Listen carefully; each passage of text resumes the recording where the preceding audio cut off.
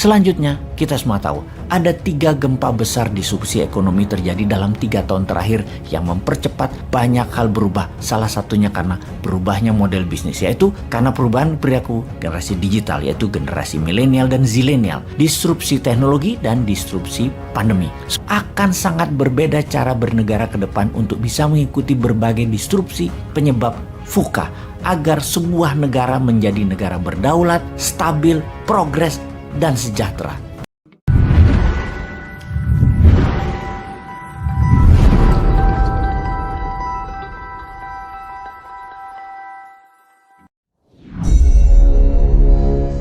Dunia semakin VUCA. Pasti setuju sahabat semua dengan istilah VUCA ini yang arti sederhananya volatility, uncertainty, complexity, dan ambiguity. Volatility adalah gejolak kehidupan yang sangat ekstrim. Uncertainty adalah ketidakpastian. Complexity adalah kerumitan yang parah, dan ambiguitas adalah punya banyak maksud, punya banyak arti. Tidak ada kejelasan. VUCA terjadi karena bermacam disrupsi atau kondisi di mana terjadi inovasi yang menyebabkan perubahan besar-besaran secara ekstrim ke dalam sistem yang baru. Kata disrupsi pada model bisnis baru misalnya, baru sah jika memenuhi juga unsur less government involvement atau berkurangnya campur tangan pemerintah dan regulator. Sistem baru yang lebih ringkas, mudah, dan murah. VUCA di dunia saat ini terdisrupsi model bisnis yang terparah adalah karena perang militer, perang cuaca, perang informasi, perang dagang, dan banyak lagi yang terjadi di dunia sekarang atas nama negara, atas nama wilayah, atas nama ideologi, dan berbagai alasan lainnya yang menyebabkan manusia menjadi serigala bagi sesama manusia.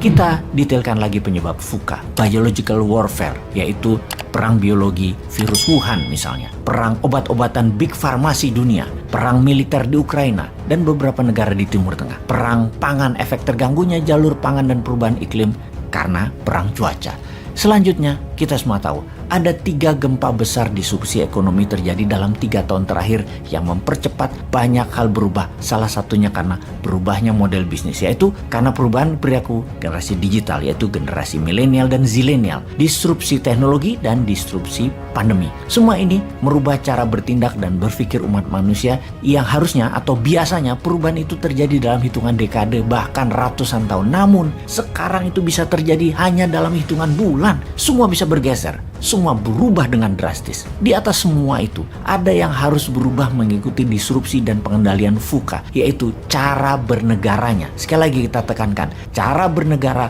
harus juga didisrupsi, diubah dengan drastis, jadi lebih efisien, lebih ringkas, lebih taktis. Sungguh akan sangat berbeda cara bernegara ke depan untuk bisa mengikuti berbagai disrupsi penyebab VUCA agar sebuah negara menjadi negara berdaulat, stabil, progres, dan sejahtera. Kita melihat ke dalam sekarang, masih cocokkah cara bernegara Indonesia selama ini? Kita tahu ada banyak cara bernegara dan kita pastikan cara bernegara tidak harus merubah pondasi negara yaitu Pancasila dan Undang-Undang 45. Namun cara atau how to-nya kita bisa ubah. Cara untuk membuat Indonesia menjadi negara kaya, makmur, kuat, berdaulat, sehat, pintar, dan bahagia warganya. Kita bisa, yaitu dengan mengubah 100% cara yang dilakukan oleh negara saat ini dalam sistem ekonominya. Itu yang kita fokuskan di awalnya, karena sungguh kesejahteraan adalah kunci kesehatan, kemakmuran adalah kunci pertahanan dan keamanan, kekayaan adalah kunci majunya kesadaran spiritual, majunya budaya, majunya sosial,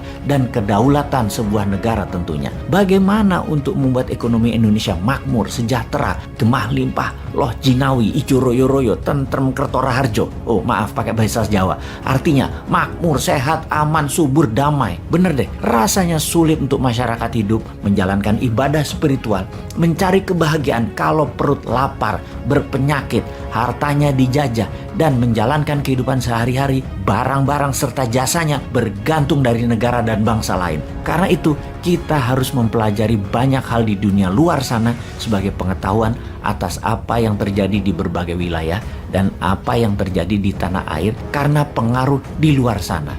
Kemudian menyusun apa yang akan kita lakukan agar yang negatif tidak terjadi kepada masyarakat kita, yang terbaik terjadi pada kita, yang kita bawa keluar sebagai pemain besar dalam global player di dunia, dalam pengaruh positif tentunya. Kita rincikan, Kita tengok negara Nordik. Mengapa mereka kaya? Mengapa dengan jam pelajaran yang pendek, bahkan hanya sekolah 4 hari dalam seminggu yang mulai diterapkan segera, juga tidak ada PR, lebih banyak vokasinya daripada akademinya, dari pendidikan SMA ke bawah. Ternyata membuat masyarakatnya jadi handy, ringan tangan dan terampil, serta produktif. Kita menengok Inggris, kuat dalam bidang akademi, juga kuat dalam kegiatan ekstrakurikuler yang ditiru oleh India, Amerika, Singapura, Australia. Semua meniru Inggris, cara pendidikan sekolahnya, setidaknya SMA ke bawah. Tiongkok, Jepang, Korea Selatan, dan Indonesia, cara pendidikannya semodel. Seperti misalnya menggunakan seragam, pelajaran kuat di hafalan, banyak tugas-tugas di rumah,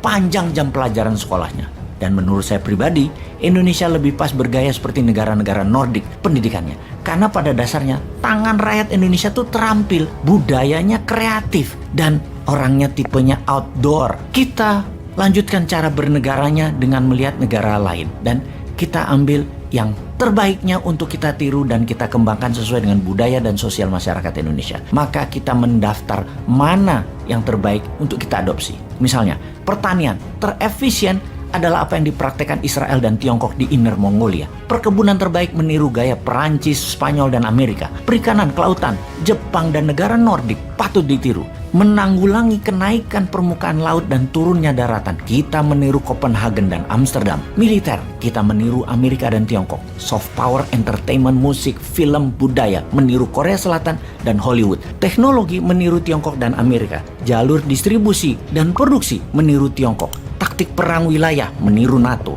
Taktik perang ekonomi meniru obor. Strategi keuangan moneter dalam negeri meniru renminbi. Swastanisasi membangun UKM meniru Taiwan dan Tiongkok. Elit politik meniru aristokrat politikus Eropa yang santun, terdidik, dan berorientasi ke rakyat. Kelolaan negara meniru Singapura dalam masalah perumahan, sampah, lingkungan hidup untuk menjadikan Indonesia livable, workable, eco-living terbaik di dunia. Keuangan rupiah backed by gold menggantikan dolar. Ini semua akan membuat Indonesia the best maritime country in the world, the strongest country in the southern hemisphere, menjadi idaman dunia untuk tinggal dan hidup di Indonesia. Ini semua akan terjadi kalau setiap tahunnya ada 10 juta warga dunia mengantri ingin menjadi warga negara Indonesia. Kalau warga Eropa dan Amerika ingin pindah ke Indonesia. Kalau orang kaya Tiongkok ingin hidup di Indonesia. Kalau orang pinter India ingin hidup di Indonesia. Kalau orang alim ulama dunia ingin hidup di Indonesia. Kalau orang terbaik di dunia ingin hidup di Indonesia. Itulah cita-cita Indonesia ke depan yang pasti terjadi. Ngomong-ngomong, siapa yang akan menjadikan impian ini menjadi kenyataan? Old mind atau new mind ya? Silahkan dipikir-pikir dan dipilih deh.